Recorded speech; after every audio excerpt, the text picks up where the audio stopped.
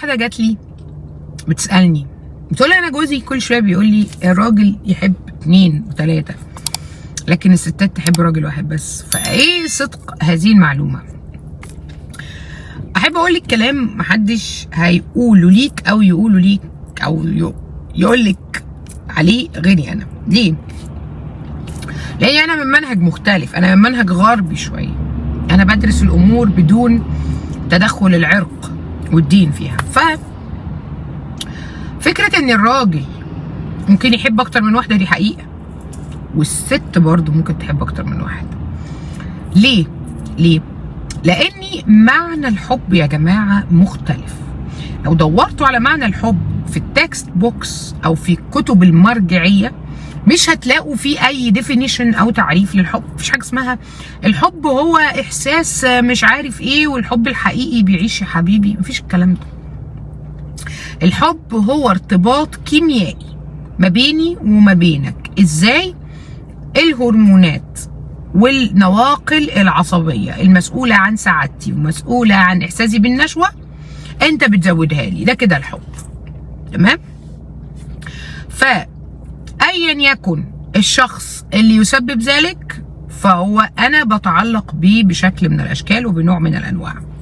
فبالتالي الراجل ممكن يتعلق بواحده عشان خاطر العيله والبيت والمنظر الاجتماعي، ويتعلق باخرى علشان خاطر الانوثه والجمال، ويتعلق بثالثه عشان مثلا بتسبورت هيم ماديا.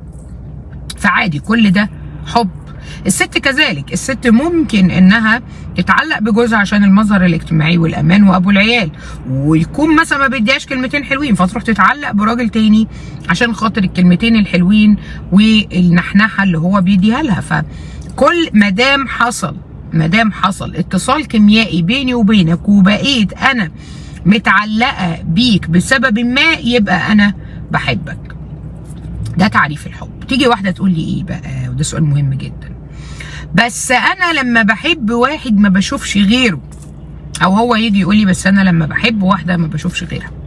هذه هي المرحله التي يطمح اليها كل شاب وفتاه، وهي مرحله الادمان.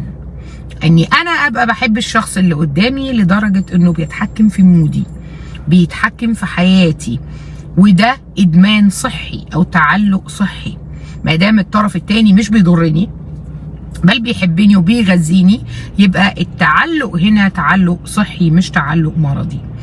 فانا لما يبقى في حد في حياتي انا شايفاه كل الناس، ده مش عشان انا بحبه بس، لا ده عشان انا مدمناه. فانا شايفه كل جنس ادم هو هذا الشخص، او انا شايف كل جنس حواء هو هذا الشخص، وده اللي احنا بندور عليه. في ناس كتير بتحب ناس كتير وحياتهم بتفشل. بالعكس، ده في ناس بتبقى بتحب بعض ولما تقرب من بعض تكره بعض. ده ليه؟ لان الطبيعي والصحي ان انا احبك، بعد شويه الحب ده يتقلب ليه ادمان، فما اقدرش اخونك، ما اقدرش اسيبك، اعمر معاك البيت، اخش معاكي او اخش معاك في مشاريع طويله الامد. ده عندما ينتقل الحب الى ادمان صحي، وده اللي بيخلي الجوازات تعمر، وده اللي انا دايما بحاول اعلمه للناس اللي بتجيلي.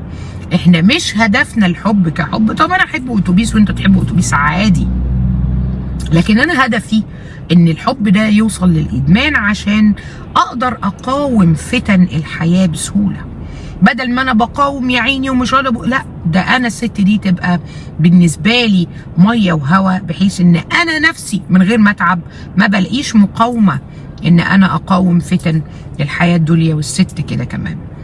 انا عارفه كويس قوي ان في ناس هنا بقى خيبانه هترد تقول لي لا والست ما ينفعش، وما ست ينفع تحب اكتر من واحد عادي جدا. السيكولوجيه بتاعتها تخليها تحب اكتر من واحد، يمكن اكتر من الراجل، لانها بتحب الودان قوي، فسهل جدا ان حد ياثر فيها. ولكن الخلاف هنا في ايه؟ الخلاف هنا في نقطه الخوف. الست ما عندهاش اصلا فكره ان انا ممكن احب اكتر من واحد، فحتى هي بتنفض لها. لكن الراجل عادي، المجتمع كله عمال يصدر له فكره ان هو عادي، امال ليه في تعدد ومال ومال ومال. دخلونيش في الدين، هو ده الحق وهو ده السيكولوجي. عايزين تقتنعوا بيقتنعوا، عايزين تقعدوا تغنوا غنوه ان الراجل هيحب 1,000,000 واحده والست واحد بس، ريحوا نفسكم.